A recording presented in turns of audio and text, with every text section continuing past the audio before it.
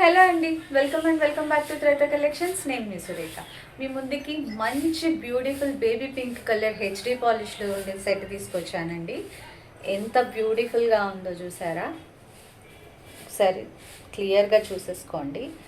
Baby pink stones తోటి, కొంచెం white stones తోటి, అండ్ కింద ఈ డ్రాప్లెట్ అయితే ఎంత బ్యూటిఫుల్గా ఉందంటే చాలా బాగుంటుంది సెట్.